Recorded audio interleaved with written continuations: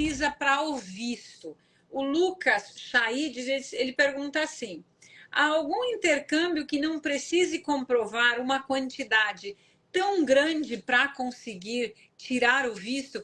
Essa é uma pergunta bem interessante, bem específica também. Então, eu vou repetir. O Lucas Chaid: há algum intercâmbio que não precise comprovar uma quantidade tão grande para conseguir tirar o visto? Então, vamos começar pelo visto, né? Que é isso, essa é a preocupação do Lucas. Em termos de visto, o que você orienta nessa da pergunta do Lucas, Armando?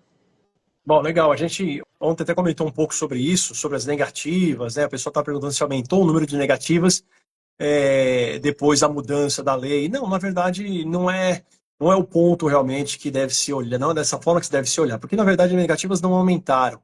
O que é importante sempre você entender que existem regras que você precisa cumprir, que você precisa ter o mínimo de alguns pontos para você ser elegível a um estudo no Canadá. Você tem que ser elegível, você tem que estar dentro do que o governo do Canadá espera de um estudante.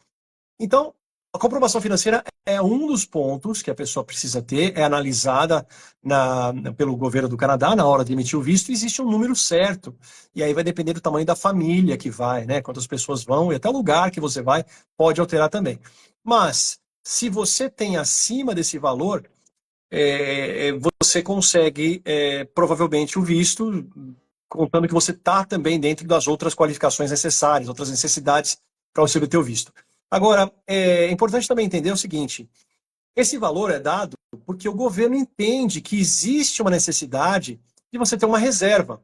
Se você tiver um aperto, não tiver achado um emprego tão imediatamente, como acontece às vezes, depende da pessoa, não consegue, às vezes, um emprego que possa pagar todas as contas, você não vai ficar na rua sem ter onde morar, você não vai ficar passando necessidades, o governo não quer isso. Então, o que você precisa é demonstrar um valor, que é a prova de fundos, que a gente chama, e esse valor é um valor fixo, como eu disse, e ele é relativo ao primeiro ano da estadia no Canadá.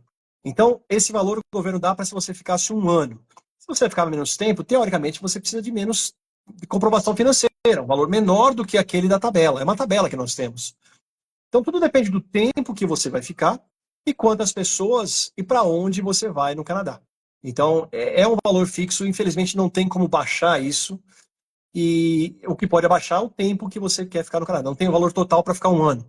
Talvez você faça um curso de 6 meses, talvez você faça um curso de 3 meses, e aí você pode também aprender o inglês, por exemplo, fazer um outro curso que tenha um valor mais baixo e você possa comprovar esse valor para o governo. Exatamente. Então, e a opção, é isso que o Armando está falando, existem programas de 4 semanas, 8 semanas, 12 semanas, de acordo com o teu perfil de orçamento, quanto tempo você tem e quanto orçamento, qual é o valor que você tem para fazer esse investimento.